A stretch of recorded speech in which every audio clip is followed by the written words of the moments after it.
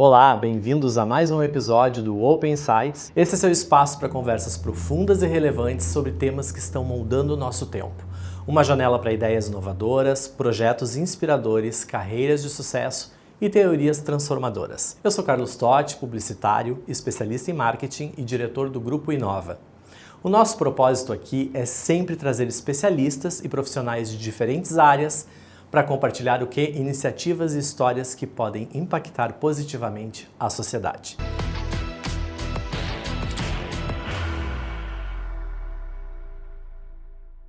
Vivemos em um mundo em constante transformação, onde tradição e modernidade muitas vezes se encontram em caminhos aparentemente opostos. Mas será que é possível preservar o patrimônio histórico e cultural da fé, ao mesmo tempo em que se dialoga com as novas gerações em um ambiente cada vez mais digital? Como trazer a espiritualidade para o cotidiano, para as pequenas coisas da vida, e ainda assim manter viva a missão de uma instituição milenar? No programa de hoje vamos falar sobre fé, patrimônio, espiritualidade e os desafios de jovens religiosos em um tempo de mudanças intensas. Nosso convidado é sacerdote, gestor de patrimônio cultural e presença ativa entre as pessoas e também nas redes sociais. Ele se dedica à evangelização através de novos formatos, sem deixar de lado a preservação do legado da igreja e a proximidade com a comunidade. À frente da Basílica Nossa Senhora das Dores, tem conciliado tradição com inovação, espiritualidade com modernidade e acolhimento com responsabilidade social. É com grande alegria que recebemos aqui no Open Insights o Padre Lucas Mateus Mendes. Seja bem-vindo. Muito obrigado, Carlos. Obrigado a quem nos assiste.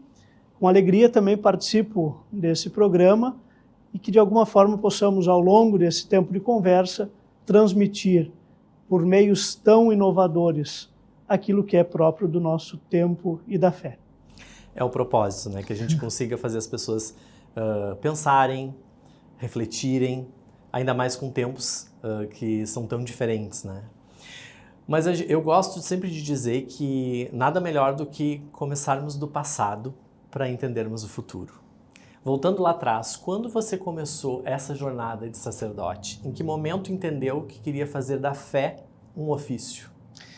Bom, isso tem que voltar bastante mesmo, à infância, né? Desde muito pequeno, ainda, sei lá, minha memória de 4, 5 anos de idade, indo à missa com os meus familiares, eu olhava a figura do padre e chegava em casa e brincava de missa, né? Então, aquilo para mim era uma presença na vida, o sacerdote ali da comunidade, que inspirava. Então, desde muito pequeno, eu alimentei o desejo, a vontade do sacerdócio.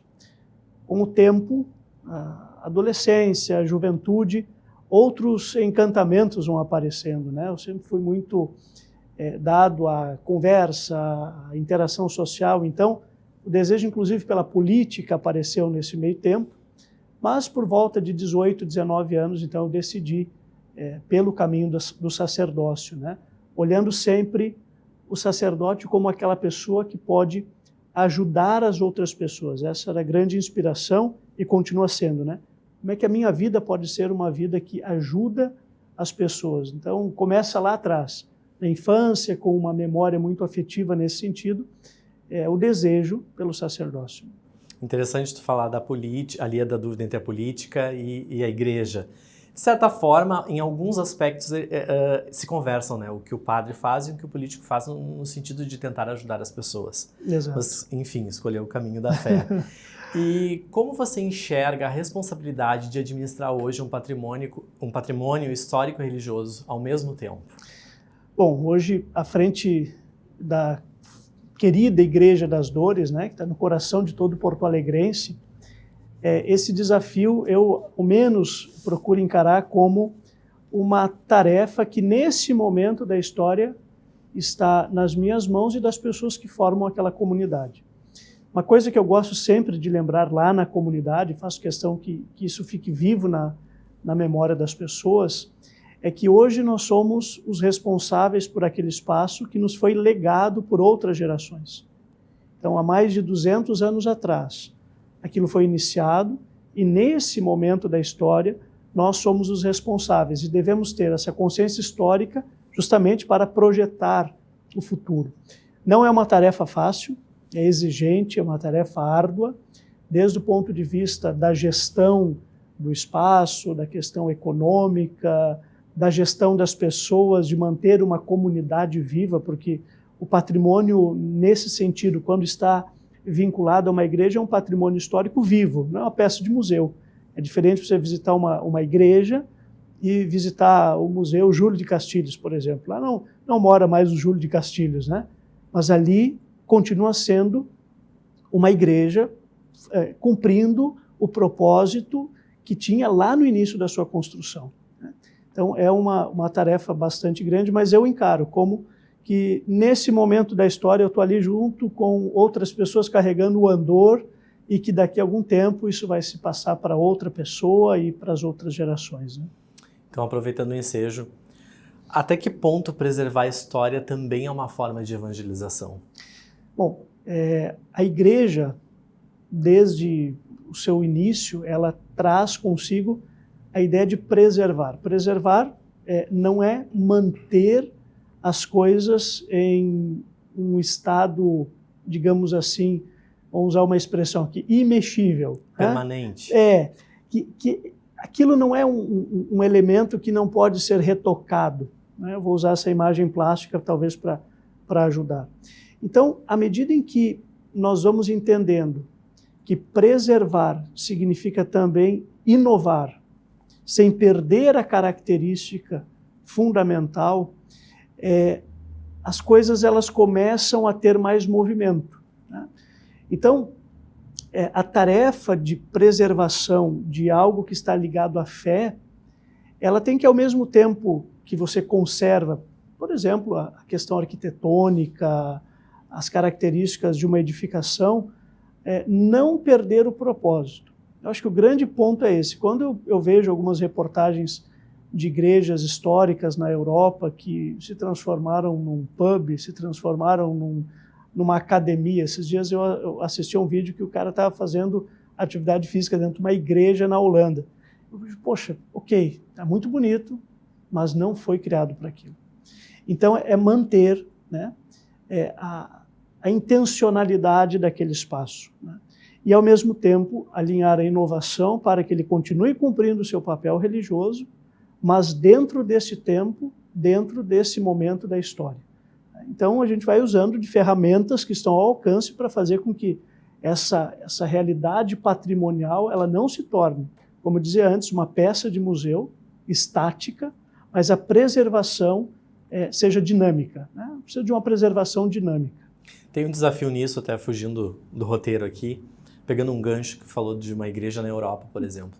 O brasileiro, quando viaja para fora, ele tende muito a procurar as igrejas para fazer um passeio turístico, para conhecer, ou para aumentar sua fé, revitalizar sua fé.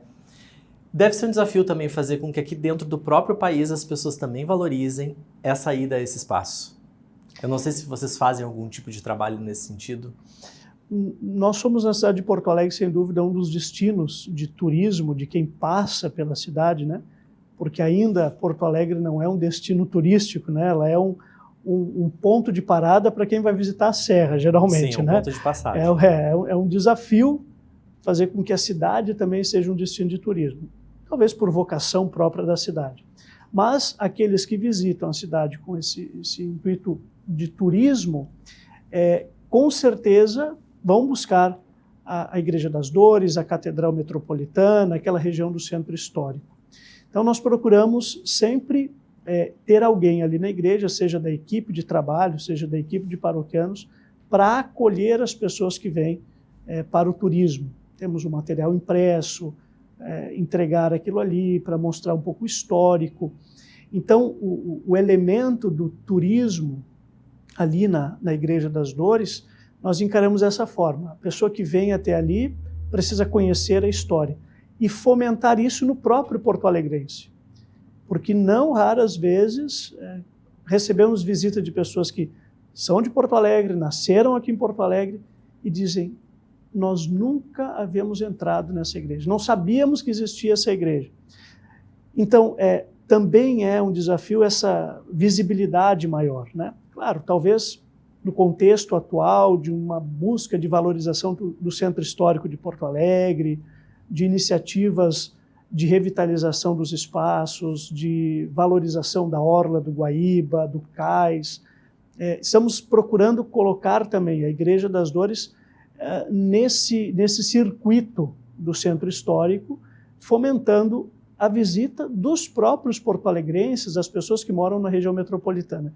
E eu posso dizer que a experiência de quem entra lá pela primeira vez é uau, é linda. Né? Eu digo assim, olha, ela é uma joia preciosa, incrustada no centro de Porto Alegre, porque realmente é uma beleza ímpar na cidade, né? Sim, realmente é uma igreja muito bonita, e eu percebo que vocês realizam vários projetos sociais e culturais também em paralelo para justamente trazer a comunidade para dentro da igreja. Sim. Né, eventuais cafés, almoço social, eventos, e isso é uma forma que eu acho que também a própria igreja encontra de estabelecer conexão com o público, né, com as pessoas, enfim, mais de perto.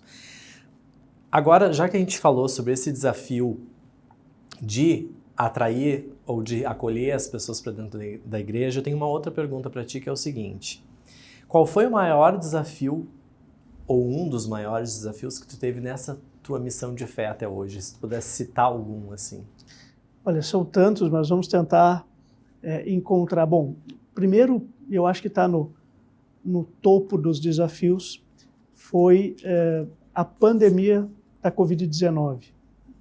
Por que eu cito esse período? Porque foi um período de uma fragilização emocional das pessoas, um período em que as pessoas necessitavam de um suporte emocional e espiritual por conta de perdas de familiares, por conta de uma incerteza do futuro. E diante das incertezas, as pessoas geralmente procuram lugares mais sólidos, né? Tanto é que, se nós formos olhar o crescimento dos fiéis de 2020 até agora, ele é significativo. Aconteceu esse crescimento? Há um crescimento exponencial, é algo impressionante, né? Comparar, ao menos, a Igreja das Dores e muitas outras igrejas de Porto Alegre, antes da pandemia e depois, há um crescimento. Né? Há um crescimento. Então eu vejo que aquele período foi um grande desafio, porque nós tínhamos a impossibilidade de acessar as pessoas por conta do distanciamento, uma realidade de tecnologia de comunicação que a igreja não era acostumada a usar e continua não sendo, mas enfim, procurou se adaptar à realidade. Então, ali foi um desafio. E naquele desafio, nós encontramos também uma oportunidade de crescimento. À medida em que havia a possibilidade de uma proximidade das pessoas, sejam pelos meios digitais, pelas redes sociais, um processo de evangelização através de canais diferentes dos quais nós estamos acostumados, nós começamos a apostar nisso. Começamos a apostar através desses canais. Quando já podia começar a receber pessoas, vamos receber, vamos também dedicar tempo à conversa, à visita, enfim. Então eu colocaria esse momento da pandemia da Covid-19 como um grande desafio, né? Eu tenho quase 12 anos de padre, nesses 12 anos o grande desafio, mas ao mesmo tempo a grande oportunidade de crescimento. E aí vem, assim, a sua resposta encaixou perfeitamente com minha próxima indagação, que é: como manter a relevância da igreja diante de uma geração que muitas vezes não se identifica com instituições tão tradicionais? Tem um sociólogo que eu gosto bastante, que é o Zygmunt Bauman. Ele tem um livrinho muito pequeno chamado A Comunidade.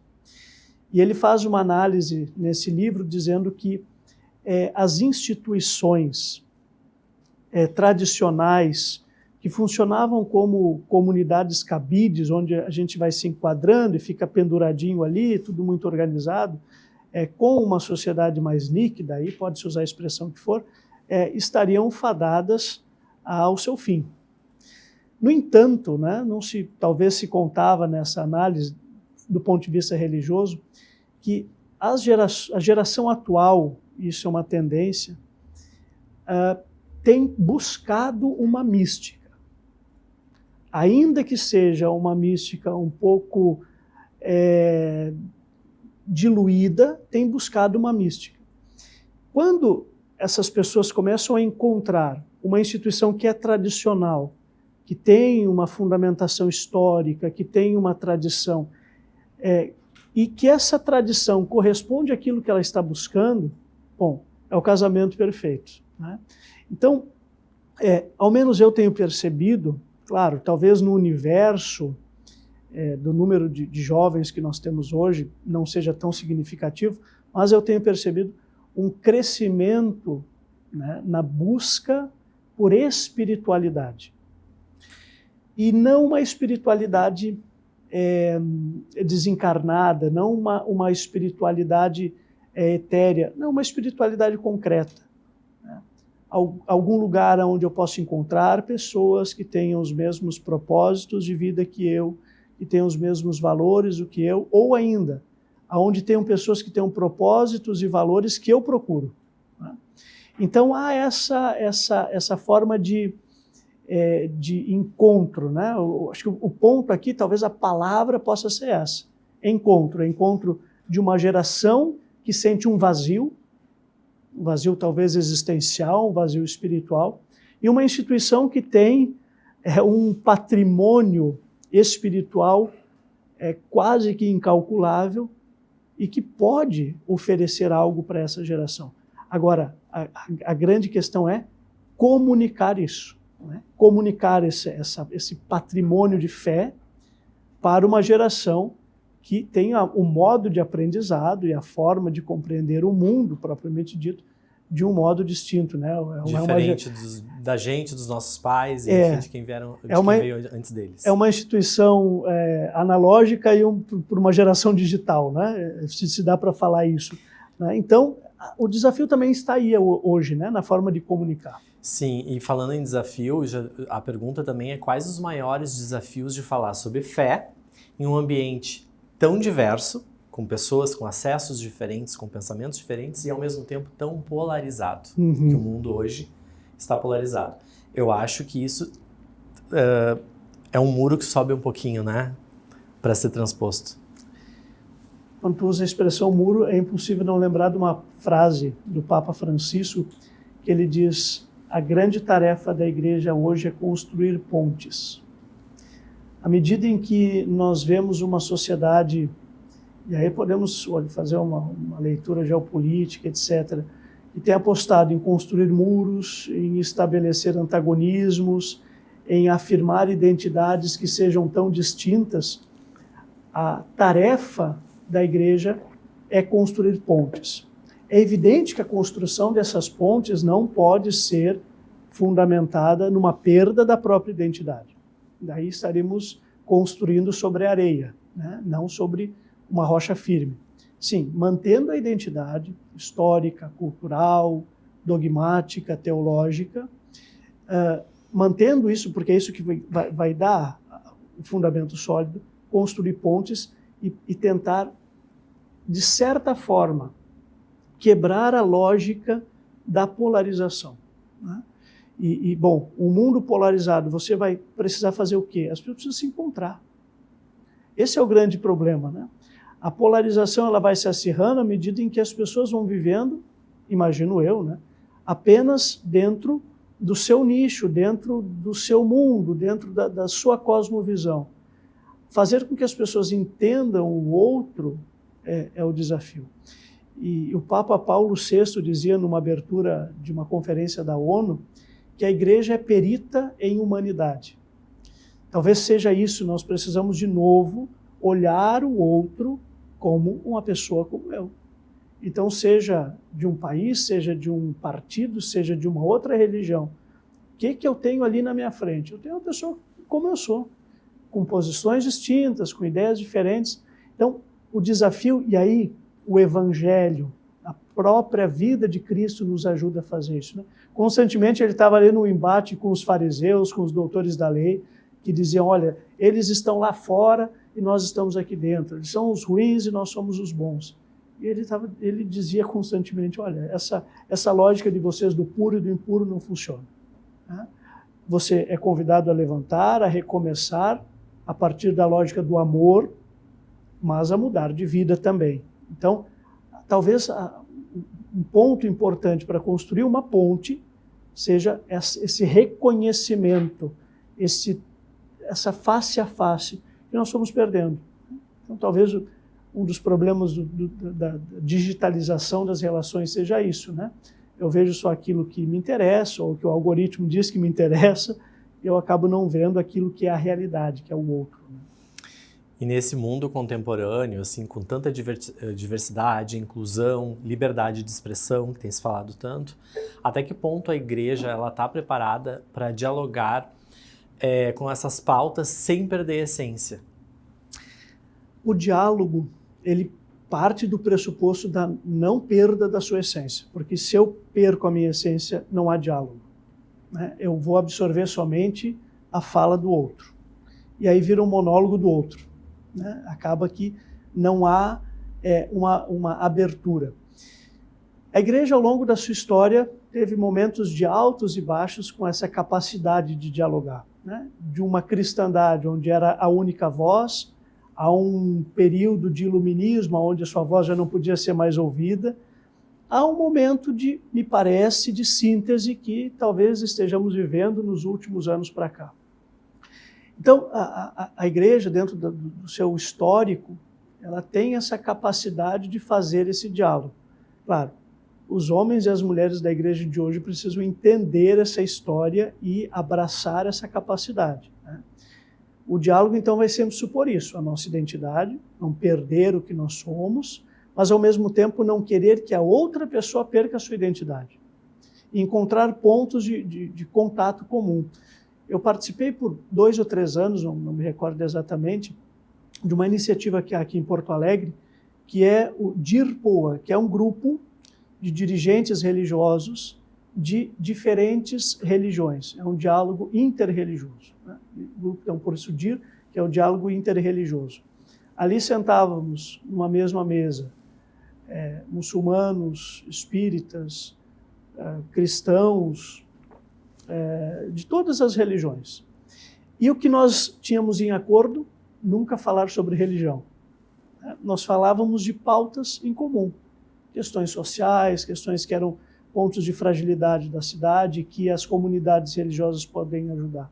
Então, para que haja um diálogo, me parece, precisa ter ponto de contato, ponto de convergência.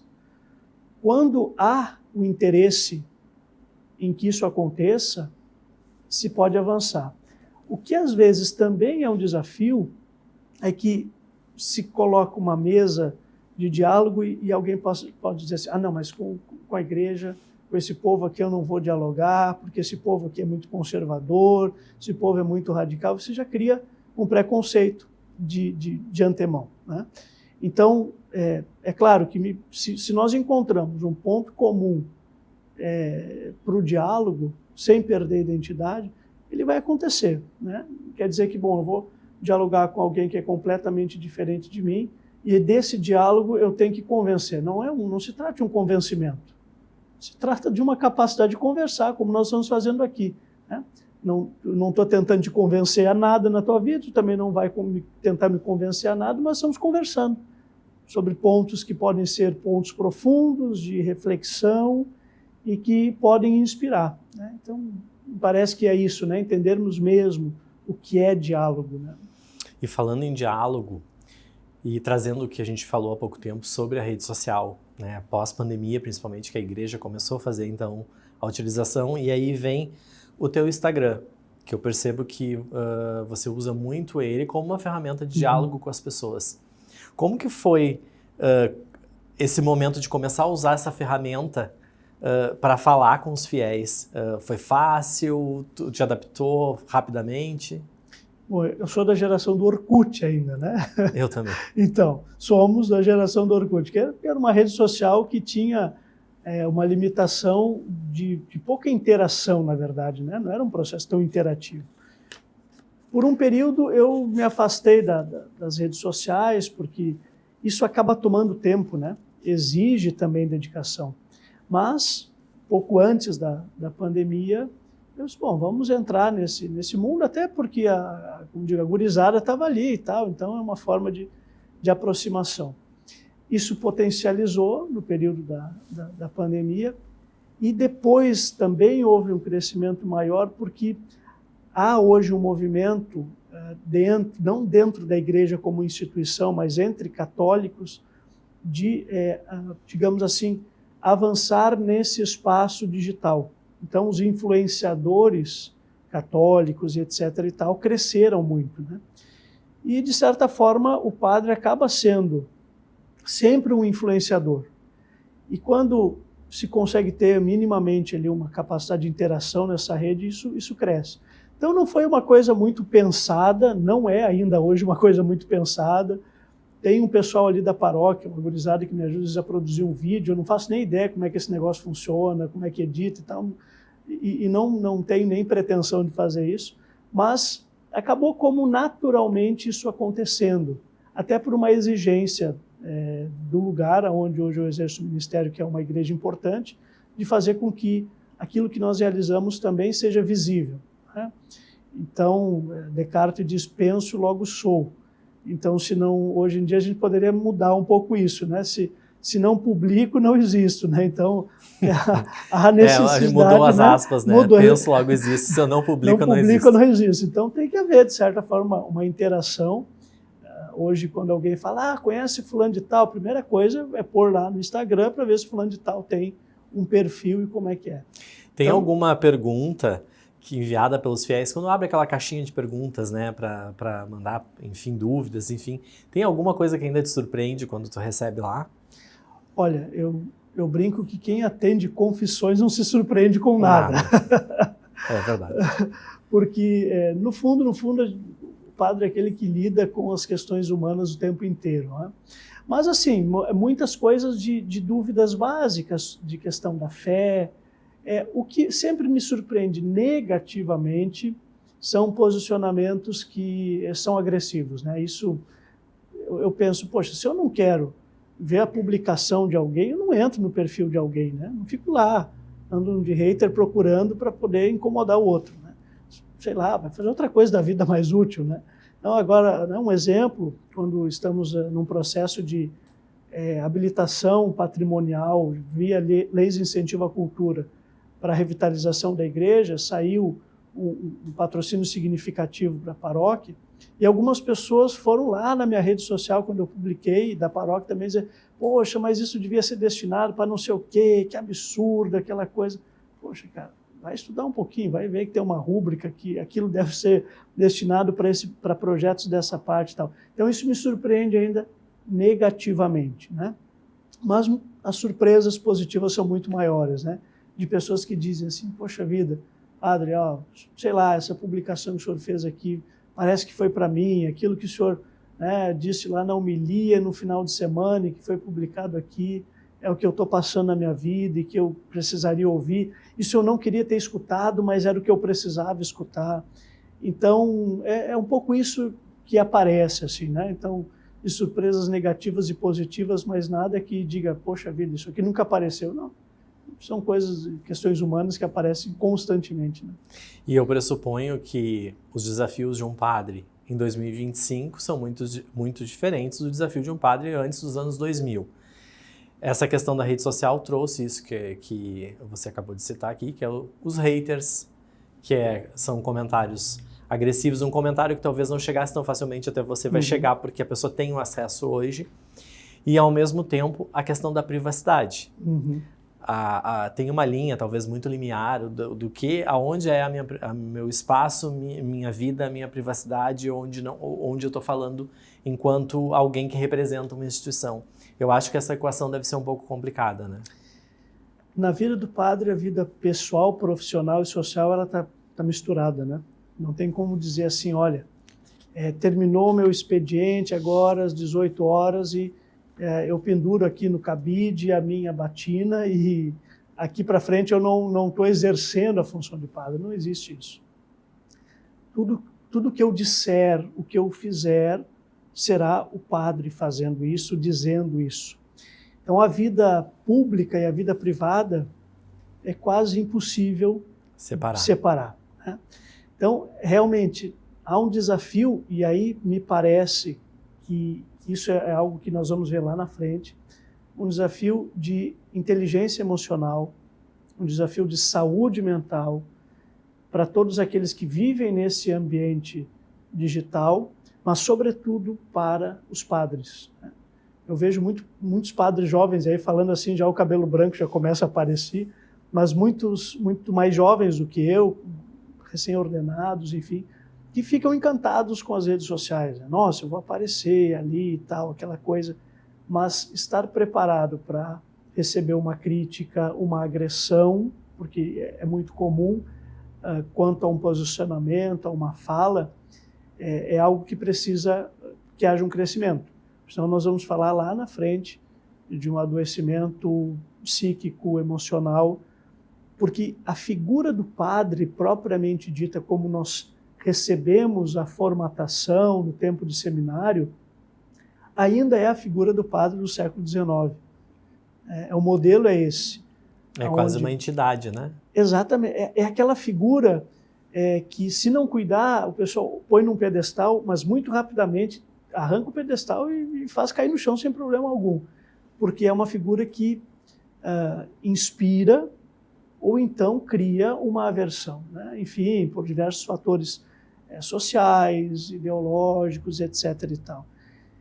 Então, me parece que uma questão muito importante nesse meio digital, nesse meio da informação cada vez mais rápida e cada vez mais fácil de ser captada, todo mundo está com o celular na mão, todo mundo é uma máquina de produzir imagens e som, né? Então, cada vez mais vai exigir um equilíbrio, uma capacidade do padre entender que, olha, eu tenho que realmente, inclusive, cuidar o que eu falo, a forma como se fala, porque isso, a voz de um padre amplifica e muito qualquer fala. E tem uma expressão, uma árvore que cai faz mais barulho do que uma floresta que cresce, né? E é assim também, né? Então, a figura de um padre é isso. Quando tem algum problema, gera um barulho grande, mas aqueles que estão ali trabalhando no cotidiano, se esforçando, cuidando das suas comunidades, é um trabalho silencioso. E é para ser mesmo, não é para fazer barulho, é para ser assim mesmo, esse é o modo de ser.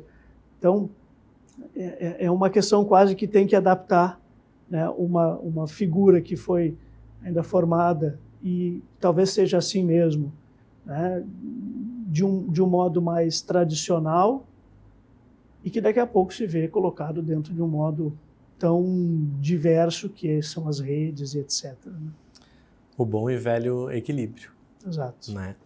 Padre Lucas, o papo está muito bom, mas a gente vai para um rápido intervalo e volta já já. Apresentamos o canal Republic, o seu novo destino intelectual na Soul TV, com programas de entrevistas e debates estimulantes, cursos, videoaulas, palestras, filmes e documentários inspiradores. Oferecemos uma programação rica em informação, cultura, história e pensamento crítico. Baixe agora o aplicativo da Soul TV e explore o mundo do Republic. Canal Republic, onde o conhecimento encontra você. Estamos de volta com o programa Open Insights. Hoje eu estou recebendo um convidado muito especial para discutirmos sobre desafios de religiosos em um tempo de mudanças intensas. Seguindo nossa dinâmica das perguntas, eu vou retomar trazendo a seguinte questão. Padre, em seus vídeos, o senhor fala sobre encontrar espiritualidade nas pequenas coisas do cotidiano. De onde vem essa inspiração? Bom, eu sou devoto, por assim dizer, e me inspira muito a vida de um sacerdote canonizado, São José Maria Escrivá. Esse sacerdote, ele é filho do seu tempo, século XIX, início do século XIX na Espanha, no meio daquela bagunça que era a Espanha naquele período, e ele, interpelado por jovens universitários constantemente em como viver a fé num mundo tão bagunçado que eles estavam vivendo, e também interpelado constantemente por leigos que não tinham uma identidade religiosa, né? Vamos pensar o seguinte,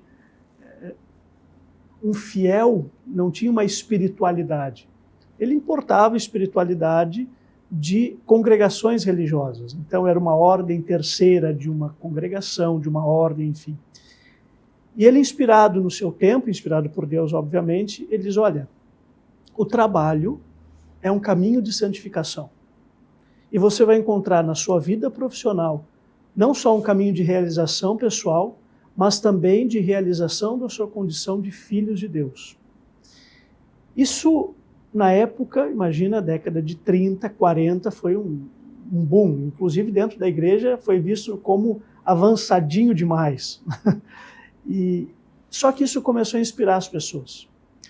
E aí, bom, o meu trabalho eu também realizo no cotidiano. Eu não preciso ficar esperando um grande convite, um grande acontecimento para realizar bem o que eu tenho que fazer. Então a espiritualidade do cotidiano, das pequenas coisas, é a espiritualidade daquele filho de Deus que entende que tudo que ele faz, ele precisa fazer bem, não por perfeccionismo, mas porque ele é um filho de Deus.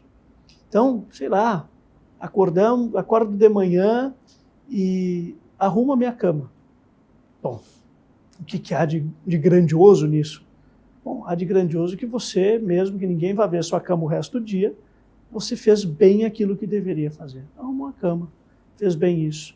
Então, são pequenas coisas que vão fazendo que o meu cotidiano tenha um sentido sobrenatural. As coisas naturais têm um sentido sobrenatural. Se tenho que lavar a louça, o faço como filho de Deus. Se estou aqui como um jornalista, se estou aqui como um profissional da área da TI, se estou aqui como um profissional da área da higienização, ali, quem encontrar aquilo que eu fiz vai dizer, poxa vida, esse cara aqui faz isso de um modo diferente. Então, é nas pequenas coisas do cotidiano que a minha identidade como filho de Deus vai se realizando.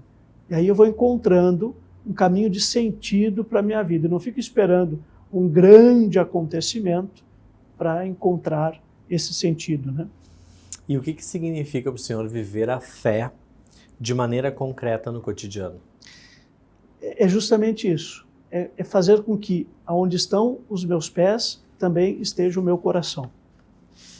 Se os meus pés estão aqui hoje, conversando contigo, dialogando com as pessoas que estão nos escutando, o meu coração precisa estar aqui.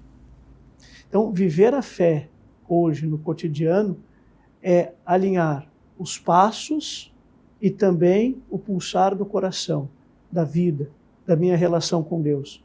Não posso construir uma espiritualidade fora do meu tempo, como se eu vivesse ainda preso a coisas do passado ou projetando uma vida espiritual para o futuro que não existe. O que existe é agora, né? Com o coração sim, os olhos para frente, mas os meus passos têm que estar no mesmo pulsar do meu coração, né? E nesse tempo assim de uma vida muito atribulada, que todo mundo que está em casa tem, qual a importância da contemplação como uma ferramenta de perceber a realidade? Tem um vídeo que eu tenho lá na minha rede social que eu uso uma expressão que, enfim, viralizou um pouco, né? Nós precisamos treinar o olhar. Treinar o nosso olhar para sermos contemplativos no meio do mundo. Sermos contemplativos no trânsito, sermos contemplativos nas nossas relações. E contemplar significa dar sempre um passo um pouco atrás. Mesmo no meio da agitação, do barulho, é como se eu desse um passo atrás daquela multidão e olhasse. Olhasse não para julgar. Né? E aqui eu digo julgar no sentido negativo, porque a gente está constantemente fazendo um juízo, né, sobre tudo, né? Para caminhar, para respirar é um juízo. Para observar mesmo, né? Para observar. Observar como um filho de Deus, observar como quem quer ajudar. Então, nós precisamos ir treinando o olhar para isso. E isso é um treinamento mesmo, é um esforço. Senão, o cotidiano, ao invés de me santificar, me fazer uma pessoa melhor, como sou filho de Deus, vai devorar. Né? Vira mais ou menos um Cronos que devora os seus filhos. O tempo não é isso. O tempo, a história, deve ser um momento de encontro com Deus. Por isso é um treinamento do olhar. E aí há uma coisa que ninguém pode escapar, que é reservar um pouquinho do tempo e um pouquinho do nosso espaço do dia para silenciar. É um desafio? É. Mas pensa o seguinte, se eu consigo 15 minutos do meu dia, 15 minutos não é nada, né? 15 minutos do meu dia, onde, sei lá, num cantinho da minha casa, do meu escritório, do meu trabalho, da firma onde eu estou, eu sento e faço uma pequena revisão de vida. E digo, Senhor, senta aqui do meu lado. Me ajuda a pensar como é que está sendo esse dia.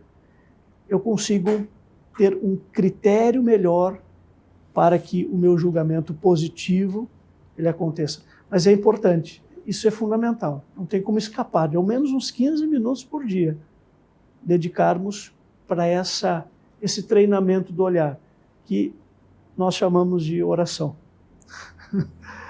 Pode dar o nome que quiser, mas a oração, a meditação ajuda nesse treinamento do olhar. Então, para mim, ao menos isso é fundamental que aconteça, né? Os objetivistas costumam não gostar muito da ideia de fé. Eles dizem que ela seria uma abnegação da razão. O senhor acredita que fé e razão, elas podem coexistir em harmonia? Elas devem existir. Papa João Paulo II escreveu um documento chamado Fides et Ratio. E no começo desse documento ele escreve: a fé e a razão são as duas asas com as quais o ser humano alça o seu voo. Quando eu vivo como um fideísta, eu desconsidero a racionalidade, invariavelmente eu vou cair num mundo fantasioso, não real. À medida em que eu vivo um racionalismo, o passo para o niilismo é muito grande, ou seja, para o nada, para o vazio, né? Eu sou apaixonado por filosofia. Então, os niilistas na filosofia não conseguem oferecer muito mais coisa do que uma resposta imediata, né? Bom, eu sei o que é agora a minha vida, eu não consigo projetar a minha vida para o futuro, eu não consigo nem perguntar sobre o sentido da minha vida. Por quê? Porque o sentido exige sempre transcendência, e não transcendência só do ponto de vista espiritual, transcendência humana, né? Transcendência humana. Victor Frankl é o homem da transcendência humana, da capacidade de transcender os seus próprios limites. Não pode existir fé verdadeira sem razão. Por quê? Porque a fé procura a sua inteligibilidade, eu preciso estudar, né? E a razão é um dom de Deus para que eu possa compreender o mundo. E uma razão que não busca um sentido além da sua própria capacidade de lentes microscópicas, ela vai se tornando míope, vai se tornando uma razão atrofiada. Então, eu penso que esses dois elementos eles precisam estar numa boa balança, né? E me parece que os verdadeiros cientistas, né, homens e mulheres da academia, da produção, não perdem muito o seu tempo tentando desconsiderar a fé, porque não é do escopo da ciência. A ciência não é capaz de estudar a fé. Não tem como pôr Deus no microscópio. E a fé não é capaz de determinar o que é a ciência, porque a ciência é basicamente probabilidades. A fé não trabalha com a probabilidade, ela trabalha com uma certeza que é Deus. Então são campos semânticos distintos, mas que estão integrados na pessoa humana. Sem razão e sem fé, a humanidade vem menos. E nesse contexto, o senhor acredita que a verdade pode ser relativa?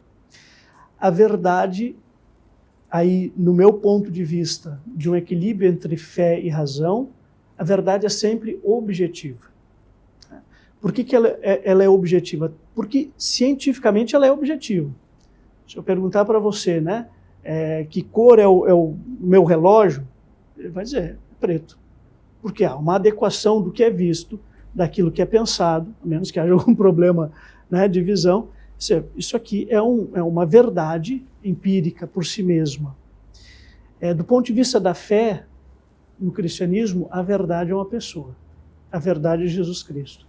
Ele disse, eu sou o caminho, a verdade e a vida. O que pode ser, sim, relativo é a forma como eu percebo essas verdades e aplico essas verdades na minha vida. Agora, a objetividade do que é, aquilo que é conceitualizado, ela, no meu ponto de vista, ela não é relativa, ela é sempre objetiva. O mercado de trabalho ele costuma premiar a eficiência, competição e o mérito, né? Isso faz parte. Já a fé, ela está pregando a solidariedade, a compaixão, a caridade.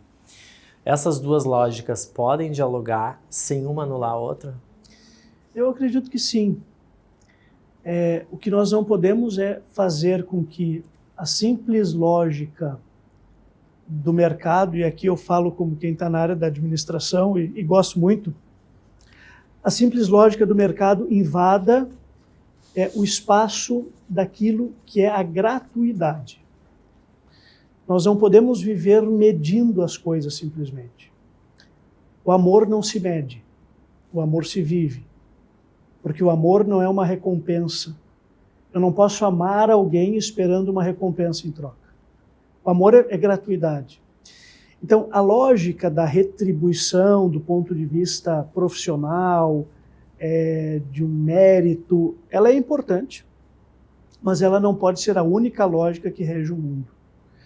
E também eu não posso achar que tudo, né, não precisa de esforço, pode ser uma vida boa, né, tipo assim, Zeca Pagodinho, deixa a vida me levar, a vida leva eu, né, não vou me dedicar. Não, eu preciso me esforçar, eu preciso ter empenho, mas eu não vou medir as relações humanas somente por isso. Né? Somente por isso. Pode ser que aquela pessoa, naquele momento, não conseguiu me entregar algo por um fator emocional que eu desconsidero. Então, preciso ter um olhar distinto em relação à pessoa. Né? Então, também há aí um equilíbrio. Né? Como diz Santo Tomás, virtus in media. A virtude está sempre no meio. Né? Sempre no meio. Não tão ao mar, nem tão ao continente. Então, a capacidade de equilíbrio dessas duas coisas. E o senhor acredita que a fé ela é uma escolha ou uma necessidade do ser humano? A fé, em primeiro lugar, é um dom. É um dom de Deus. Deus dá a capacidade ao ser humano para crer. Porque crer é um absurdo. Crer é sempre um absurdo. Porque é um passo dado apenas na luz que ilumina o próximo passo. Na fé eu não vejo o caminho todo. Na fé eu vejo somente o próximo passo. E mesmo assim eu continuo caminhando. Então a fé, ela é em primeiro lugar um dom. Né? Deus dá essa capacidade de crer. E essa capacidade de crer vai se desenvolvendo. Né? À medida em que a pessoa também vai exercitando na sua vida essa fé. Então eu fugiria das duas questões dizendo que, acima de tudo, ela é um dom de Deus. Deus nos dá a capacidade. E porque é um dom, obviamente acaba sendo uma necessidade humana. Santo Agostinho, tarde te amei, ó beleza tão imensa e tão nova, tarde te amei, eu que te buscavas fora e tu estavas dentro. Nesse caminho do itinerário de fé de Santo Agostinho. Então ela é uma necessidade, ela é um dom, ela é uma capacidade e que, enfim, quando nós conseguimos fazer com que ela venha mais na vida, não como um fideísmo barato, não, mas como um exercício da próprio modo de ser humano, a vida ela vai começando a ter um outro sabor. Né? E qual é o maior desafio ético da humanidade hoje, no teu entendimento? Aquela pergunta de 1 milhão, né? Eu sempre deixo bem... A gente está chegando próximo ao final do programa, eu deixo a pergunta de 1 milhão mais para o final. Ética é isso, né? É o modo de ser. Né? É o ethos, é como eu habito neste lugar com os outros. Para mim, um grande desafio de um modo de ser nesse mundo é reconhecer o meu próprio lugar. É não querer ocupar o lugar do outro. É querer ser eu mesmo, na minha identidade, na minha história de vida, sem negar a minha história e transformando-a sempre à luz da fé e da capacidade de resiliência, de transformação. Então, me parece isso. Quando eu sei o meu lugar no mundo, o meu lugar na história, e conjugo a minha história de vida com o momento em que eu vivo, os outros dilemas éticos, eles vão como que sendo solucionados. Agora, quando eu quero estar fora do meu lugar, quando eu quero estar no lugar do outro, Eu nunca estou onde eu deveria estar, eu nunca sou quem eu deveria ser. Então, há no fundo um dilema ético, mas que exige e reclama uma compreensão antropológica, uma compreensão do ser, né? O fazer, ele sempre é precedido por um ser. E ser quem eu tenho que ser é fundamental. E falando em ser, vamos imaginar que Jesus vivesse no mundo contemporâneo, ele estivesse aqui hoje presente na Terra. Qual ia ser o principal desafio dele? Tem um texto do Evangelho de São Mateus, capítulo 25, em que para mim ali é uma regra de vida, né? E a gente diz que é o discurso escatológico final de Jesus. Ele diz assim, estive com fome e me desses de comer, estava nu e me vestisses, tinha sede e me deste água, era prisioneiro e fosses me visitar, era estrangeiro e me recebesses em tua casa. E a pessoa diz, mas Senhor, quando foi que te vimos assim? Se quando fizesses ao menor dos meus irmãos. Então, talvez eu mudaria, inclusive, a tua pergunta. Ele está aqui hoje. Ele vive entre nós, né? Ele vive espiritualmente, por óbvio, né? Porque ele diz, eu estarei convosco todos os dias até o fim dos tempos, mas ele continua em cada pessoa humana. Em cada pessoa humana é um outro Cristo que vive.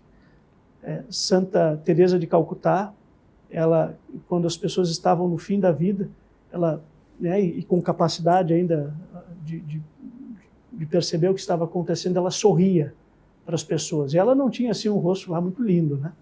Ela sorria para as pessoas porque ela dizia, a última imagem que alguém precisa levar desse mundo é um sorriso. Então, ele vive entre nós, né? E o grande desafio que ele mesmo encontra entre nós é ser reconhecido. E falando em reconhecimento, enfim, e contemplação e tudo isso que a gente acabou discutindo aqui, se o padre Lucas de hoje encontrasse você mesmo com 18 anos de idade, a vida começando, o que você diria para você mesmo? Mete o pé e vai. Né? Vai, faz isso com todo o teu coração. Né? Não tenha dúvida em nenhum momento, porque as dúvidas elas vêm de vez em quando para dar um sustinho, né? Mas não duvide em nenhum momento daquilo que Deus quer da tua vida. Eu diria isso para o Lucas de 18 anos que pensou, entro no seminário ou não entro, vou ser político ou vou ser padre. Né? Vai. Né? E talvez seja isso para tantas pessoas que acompanham esse programa. Faça, realize, né? Não deixe que o medo paralise. Então, eu apenas diria isso. Eu não daria nenhuma dica do que ia acontecer. Vai te lascar igual, cara. Vai aprender, vai participar aprender, de tudo que precisa. Vai te quebrar porque o joelho ralado são as cicatrizes que vão fazendo com que nós sejamos quem temos que ser. Mas vai sem medo. Uma ótima dica, não tenho dúvida. Padre Lucas, muito obrigado pelo teu tempo, obrigado por ter vindo aqui no programa e trazer essas reflexões, né, sempre tão importantes. Agradeço a oportunidade, agradeço a todos aqueles que estão nos acompanhando e peço a Deus que continue abençoando o trabalho de vocês e que nos dê coragem para que a gente possa meter o pé, fazer as coisas que temos que fazer sem medo, por amor, porque o amor, ele não tem medida alguma. Maravilha. E que as pessoas visitem a Basílica. Sejam bem-vindos.